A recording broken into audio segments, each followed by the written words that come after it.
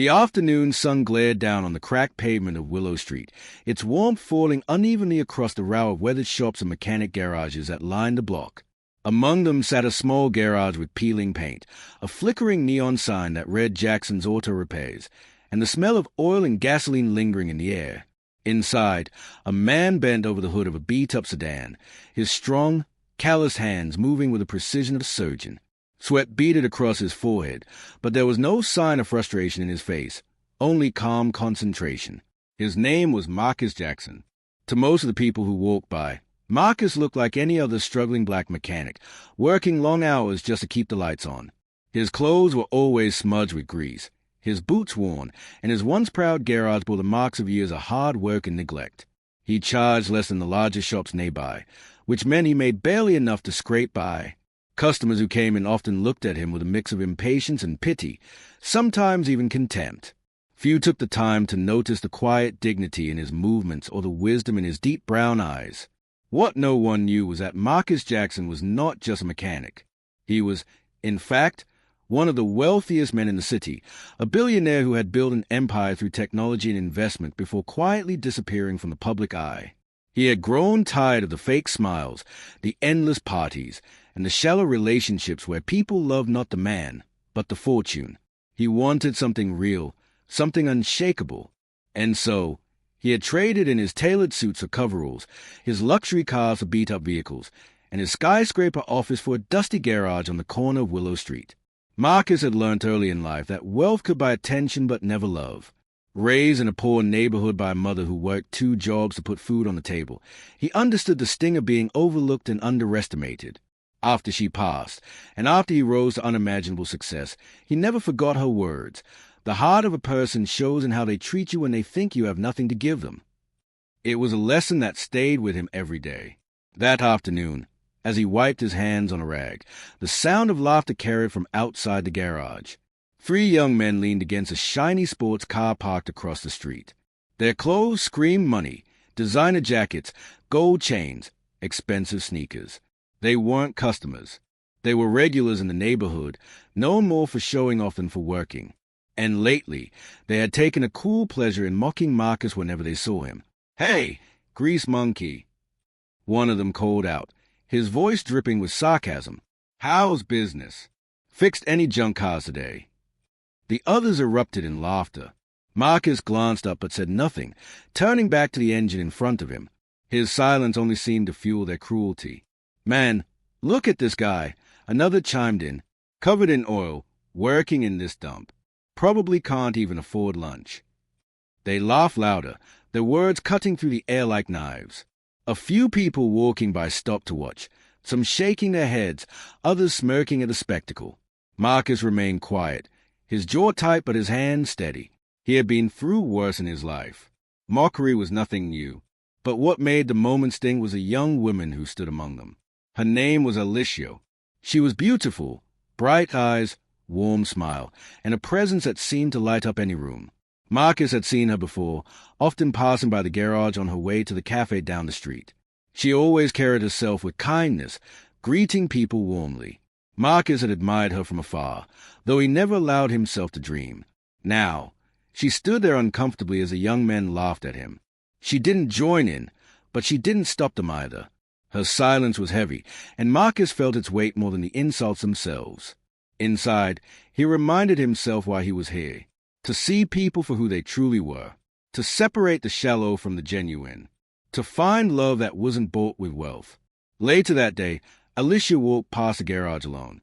She hesitated, then stopped at the entrance, her voice soft. "Hey, I'm sorry about earlier. They can be idiots." Marcus looked up from the car, his eyes meeting his. For the first time, she saw more than just a mechanic. There was depth there, pain, strength, resilience. "It's all right," he said calmly. "People show you who they are, one way or another." She nodded, her gaze dropping to the floor. Still, it wasn't right. Marcus offered a faint smile. "What matters is that you see it. That's more than most." For Alicia, it was just a brief exchange, but something in Marcus's voice lingered with her. For Marcus, it was confirmation of what he already knew. Words reveal little, but silence reveals much. That night, Marcus locked up the garage and walked home along the dimly lit street. His apartment was small and modestly furnished, with none of the extravagance his true wealth could afford. He poured himself a glass of water, sat by the window, and watched the city lights flicker in the distance. He thought about his mother, about the people who mocked him, and about Alicia's quiet apology. He wondered how long he could live this double life. He wondered if, somewhere beneath the laughter and cruelty, people might one day see him for who he truly was. But for now, he stayed the course. For Marcus Jackson, the mechanic, was more real than Marcus Jackson, the billionaire. And until he found someone who loved him for the man beneath the grease and oil, his secret would remain hidden. The next morning, as the sun rose over Willow Street, the laughter would return, the cruelty would sharpen, and the world would continue to underestimate him. But Marcus was patient. He knew that every insult, every smirk, and every mocking word was part of the test. And when the truth finally came out, it would not only silence the laughter, it would reveal the true measure of every soul around him. The morning air was thick with the scent of gasoline and motor oil when Marcus lifted the garage door and prepared for another long day. The streets were alive with the rhythm of the city, delivery trucks rumbling past, shopkeepers opening shutters, and people rushing to work. For Marcus, each day began the same: grease-stained overalls, worn-out gloves, and engines that needed more care than their owners ever gave them.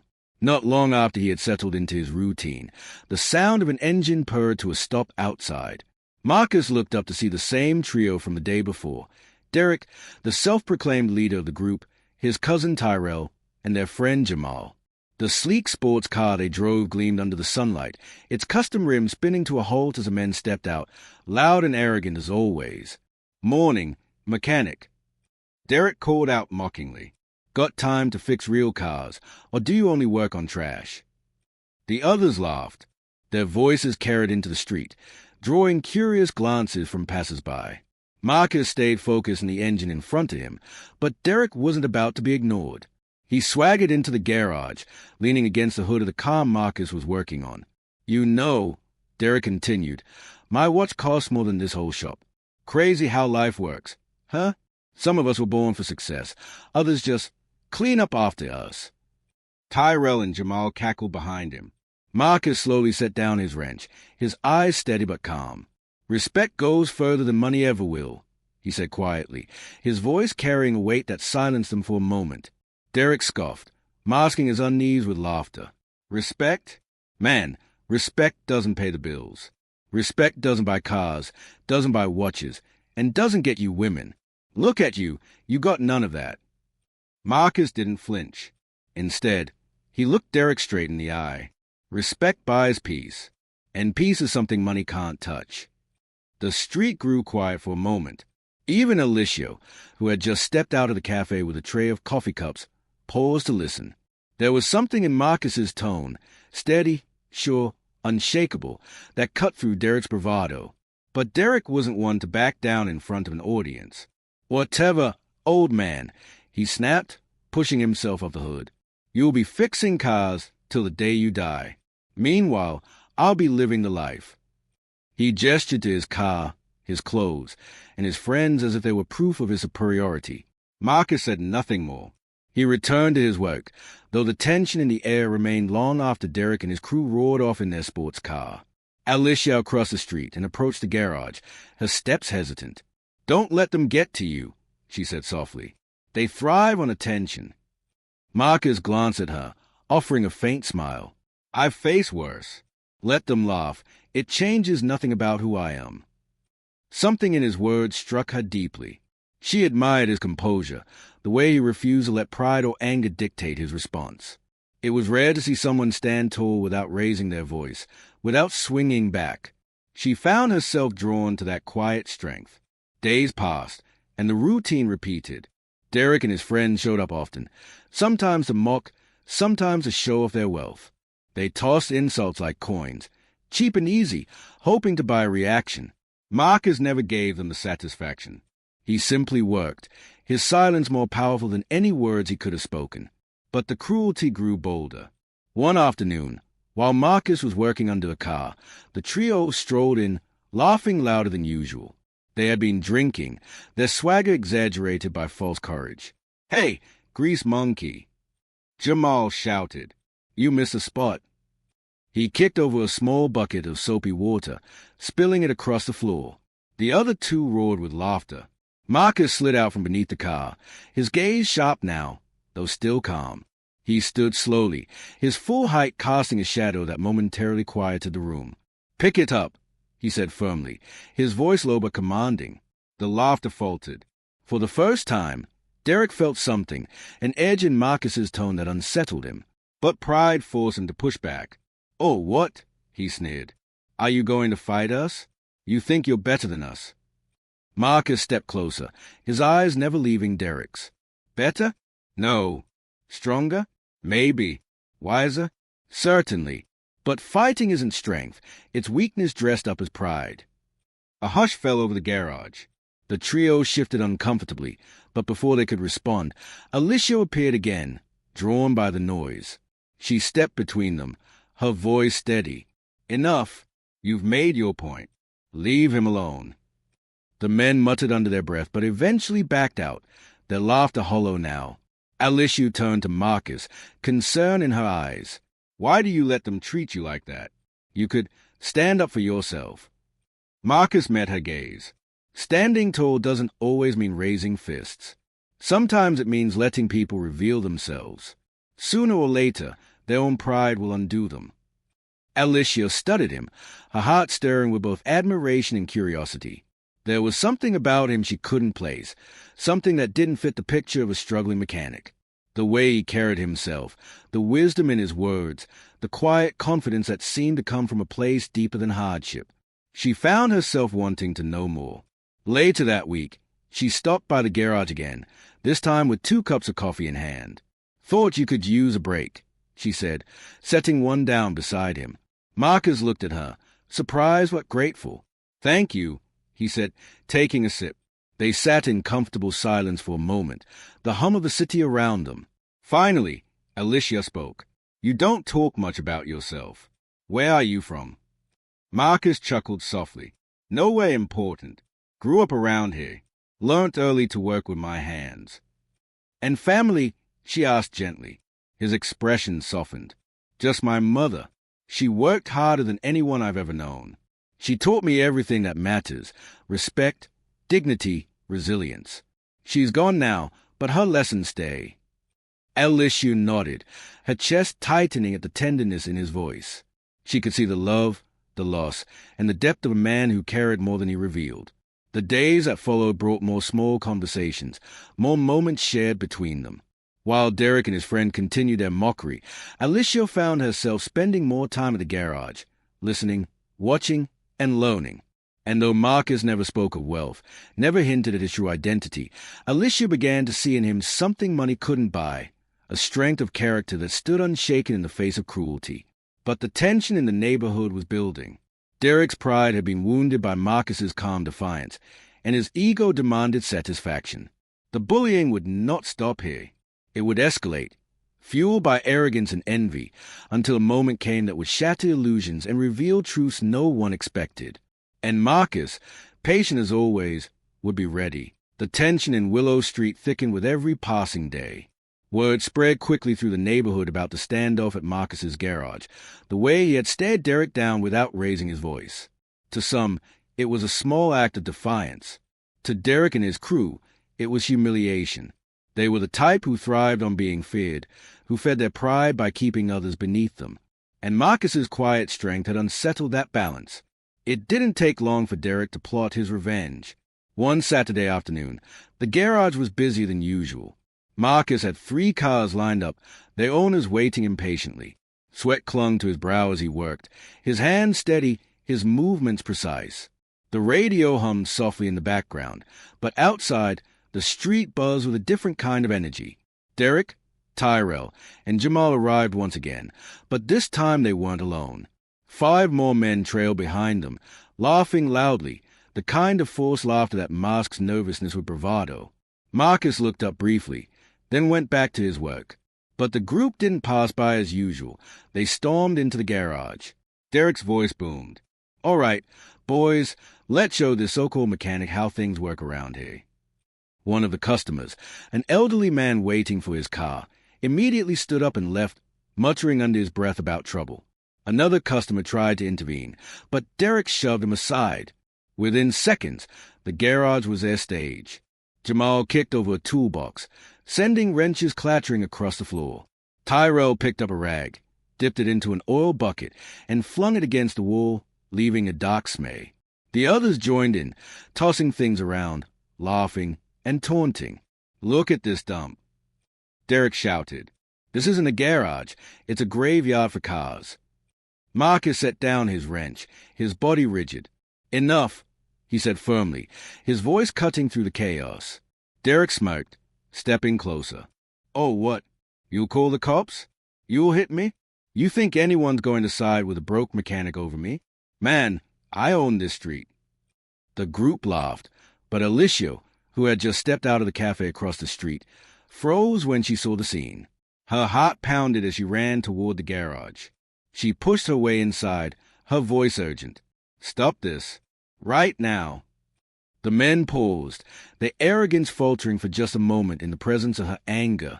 Alicia stood in front of Marcus, her small frame shielding him, though she knew he didn't need her protection. Her eyes burnt with fury. "You're pathetic, Derek, all of you, picking on a man who works hard every day while you do nothing but flaunt money you didn't even own." The garage fell silent. Even Marcus blinked, surprised by her outburst. Derek's face darkened.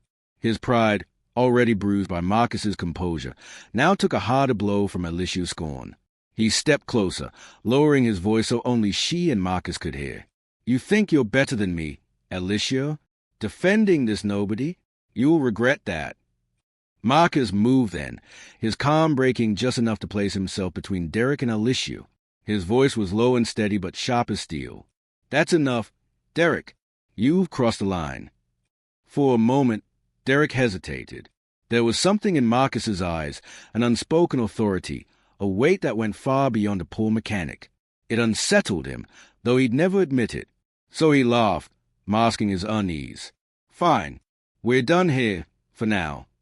He motioned to his crew, and they spilt out of the garage, still chuckling, though their laughter rang hollow. The garage was left in disarray, tools scattered, oil smeared, the silence heavy with what had just happened. Alicia turned to Marcus, her voice soft but trembling. "Why didn't you stop them sooner? Why do you let them treat you like this?" Marcus exhaled slowly, wiping his hands on a rag. "Because fighting their fight makes me no better than them. And because sometimes the truth reveals itself without a punch thrown." Alicia studied him closely. For the first time, she noticed the way he carried himself, his posture, his composure, and the quiet authority in his tone. This was not the bearing of a man beaten down by life. There was something else there, something he wasn't telling her. That night, she couldn't shake the thought. She lay awake, replaying his words, his calm, and the way Derek had faltered under his gaze. Something didn't add up. Marcus was too wise, too composed, too experienced to be just a poor mechanic scraping by. The following week, she decided to test her instincts. She brought him lunch, as she had started to do occasionally, and casually asked, "So, Marcus, do you ever think about doing something else? You're too smart to be stuck here." Marcus smiled faintly, sipping from a bottle of water she had brought. "Work is work. Doesn't matter if it's fixing cars or running companies. Dignity comes from how you do it, not what you do." Alicia tilted her head, curious. "But you talk like someone who's been at the top already, like you know more than you're letting on." For a flicker of a second, Marcus's eyes softened, almost as if her words had pierced a layer he kept hidden. But then he shrugged. "I've seen enough of the world to know money doesn't change people. It just shows who they really are." Her breath caught. The simplicity of the statement carried the weight of experience, of someone who had lived both sides of life. She wanted to press further, but something in his gaze told her not to. Not yet. Meanwhile, Derek's anger festered. Being shamed in front of his crew was bad enough. But being shamed in front of Alicia, the one woman he had always tried to impress, was unbearable. He needed to reassert his dominance, to prove Marcus wasn't untouchable. And so, late one night, he hatched a plan. The next morning, Marcus arrived at the garage to find graffiti scrawled across the front door. "Loser, broke boy, stay in your lane." His heart sank, not from the insult, but from the cowardice of it. He quietly cleaned the mess, each brushstroke steady, refusing to let anger consume him. Alicia saw the graffiti later that day and felt a lump form in her throat. She watched Marcus scrub away the words, his back straight, his expression calm. "Why don't you fight back?" she asked again, frustration in her voice. Marcus paused, turning to her. "Because the fight they want isn't the one that matters. The real fight isn't against them, it's against becoming like them." Her chest tightened. She realized she was falling for him, not because of what he had, but because of who he was. And yet, the mystery lingered. Who was Marcus, really? As the days turned into weeks, the tension with Derek reached its breaking point. The bully was no longer content with mockery or vandalism. He wanted a confrontation, something public, something that would once and for all put Marcus in his place. One Friday evening, as the neighborhood gathered near the park for a community event, Derek saw his chance. Marcus had come to the event quietly, invited by Alicia, who wanted him to experience something beyond the four walls of his garage. Children laughed, music played, and neighbors mingled under strings of lights. For a moment, it was peace. Until Derek and his crew arrived. Spotting Marcus near the food stand, Derek smirked. He raised his voice, loud enough for everyone to hear. Well, if it isn't the broke mechanic. Tell me, Marcus, how many cars did you fix today for pennies? Did you even make rent this month?" The crowd chuckled uneasily, some shaking their heads, others waiting to see what Marcus would do. Alicia's face flushed with anger, but Marcus remained calm. Derek wasn't satisfied. He stepped closer, circling Marcus like a predator. "You act all calm, all wise, but we know the truth.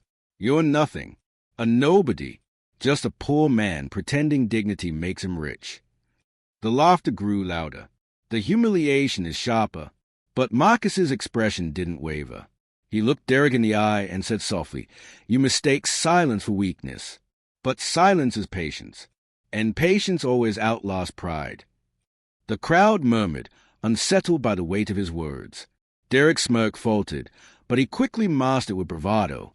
Big talk from a man with nothing. Marcus didn't respond. He turned to leave, his dignity intact, though the weight of the moment pressed heavily on everyone present. And for Alicia, the mystery deepened. Marcus wasn't just a mechanic. She was certain now he was something more, something Derek and his crew could never understand. The weeks following the community event left the neighborhood buzzing. People couldn't stop talking about the way Marcus had responded to Derek's taunts with calm dignity instead of anger. Some admired him for it, while others whispered that he was a fool for not defending himself more forcefully. Derek, however, felt the sting of humiliation sharper than ever. His pride had taken too many blows, and he was determined to crush Marcus once and for all. One chilly Monday morning, Marcus was at his garage when a black SUV pulled up. The door opened, and out stepped a sharply dressed man in a tailored suit, his presence commanding immediate attention. The man's shoes gleamed, his watch sparkled, and his voice was smooth as silk. "Mr. Jackson," he greeted warmly. Marcus froze. The name wasn't unusual, but the way the man said it, with recognition, with respect, caught Alicia's attention. She had just arrived at the cafe across the street and saw the exchange unfold. "Mr. Jackson," the man repeated, extending a hand. "We've been waiting for your response.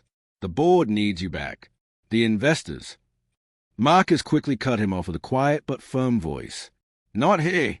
Not now." The suited man hesitated, then nodded, retreating back into the SUV. The vehicle pulled away, leaving Alicia staring across the street in stunned silence. Her heart raced. Mr. Jackson? Board? Investors? None of it fit the life of a struggling mechanic. That evening, she confronted him, standing at the entrance of the garage. Her voice carried both curiosity and hurt. "Who are you, really, Marcus?" He looked up from his work, his eyes meeting hers. For the first time, the mask of anonymity slipped, replaced by the weight of a truth he had carried for too long. Someone who wanted to be seen for more than his bank account, he said softly. Alicia's breath caught. She wanted to ask more, but the rawness in his tone stopped her. He wasn't ready. Not yet. Meanwhile, Derek had grown desperate. His constant attempt to humiliate Marcus had failed, and now whispers spread that people respected Marcus more than feared him. The idea that a poor mechanic could earn admiration over him infuriated him. So he planned something public, something big enough to destroy Marcus once and for all. A charity gala was coming up downtown, a glamorous event filled with the city's wealthiest elites. Derek had managed to snag an invitation through a family connection, and when he discovered Alicia had been invited as well, he saw an opportunity. He would bring Marcus there, expose him as nothing more than a grease monkey in front of the rich and powerful, and humiliate him beyond repair. The trap was set. "Hey, Marcus," Derek said a few days later, swaggering into the garage with his usual arrogance. "There's this fancy event downtown. Thought you might want to come. You know, see how the other half lives." Marcus studied him for a moment, then nodded. "Maybe I will." Derek smirked, satisfied. He couldn't wait for the show. The night of the gala arrived. The ballroom glowed with chandeliers, violins filled the air, and the city's elite mingled in designer gowns and tailored tuxedos. Alicia walked in, radiant in a deep emerald dress, her hair cascading over her shoulders. But her heart wasn't in the glamour. Her thoughts were still tangled with Marcus's mystery. When Marcus arrived, Derek's plan seemed perfect. He expected the man to show up in his work clothes, out of place and embarrassed. But when Marcus entered the ballroom, the crowd fell into a hush, gone were the grease-stained coveralls. Instead, he wore a perfectly tailored black tuxedo, his posture tall, his presence commanding. The murmurs began immediately. Some recognized him, others gasped in disbelief. "That's Marcus Jackson," someone whispered. "The Marcus Jackson." Another gasped. "The billionaire investor, the founder of Jackson Industries." Derek's smirk collapsed. His face paled as realization hit him. The man he had mocked, insulted, and tried to humiliate was not a poor mechanic. He was one of the wealthiest men in the city, perhaps the country. Alicia's breath caught in her throat. Pieces of the puzzle fell into place. The wisdom, the composure, the authority in his voice. She stared at him, a mix of awe and disbelief in her eyes. Marcus moved through the crowd with ease, shaking hands, exchanging smiles, his reputation preceding him. But when his eyes found Derek and his crew, he paused. Slowly, he approached them, his voice calm but firm. "You mocked me because you thought I was poor. You disrespected me because you thought I had nothing. But what you fail to see is that wealth has nothing to do with dignity. And tonight, you stand exposed, not me." The crowd turned, eyes burning into Derek, whispers spreading like wildfire. Shame flushed his face, his arrogance shattered. Tyrell and Jamal shrank back, unable to meet Marcus's gaze. And then Marcus turned to Alicia. His voice softened. "I came here to see if love could exist without money, Shadow. To see if someone could look at me and see the man, not the billionaire." Alicia's eyes filled with tears. "And I do," she whispered. "I saw you before I ever knew. The way you held your ground, the way you treated people with respect even when they gave you none. That's who you are, Marcus. That's a man I—" She stopped, her voice trembling. Marcus stepped closer, gently taking her hand. "That's all I ever wanted, to be seen for who I am, not what I own." The ballroom seemed to fade around them, the music, the murmurs, the stays, all of it disappearing as they stood face to face. For Marcus, the search was over. For Alicia, the mystery had finally revealed its truth. As for Derek, the humiliation was complete. The man he had called broke had more wealth than he could ever imagine, and yet it wasn't the money that silenced him. It was a dignity with which Marcus carried himself. In the weeks that followed, the story spread far and wide. The tale of the mechanic billionaire became a legend in the neighborhood, a reminder that appearances deceive and dignity outlasts arrogance. Marcus returned to his garage, not because he needed to, but because it was where he felt most himself. Alicia was by his side often, her laughter filling the space that once echoed only with the sound of tools. And though the world now knew who he truly was, Marcus remained the same man he had always been, humble, resilient, and guided by the words of his mother. The heart of a person shows in how they treat you when they think you have nothing to give them. In the end, Marcus Jackson found what he had been searching for all along. Not admiration, not validation, but true love, rooted not in wealth, but in respect, courage, and the quiet dignity of a man who never let the world define his worth.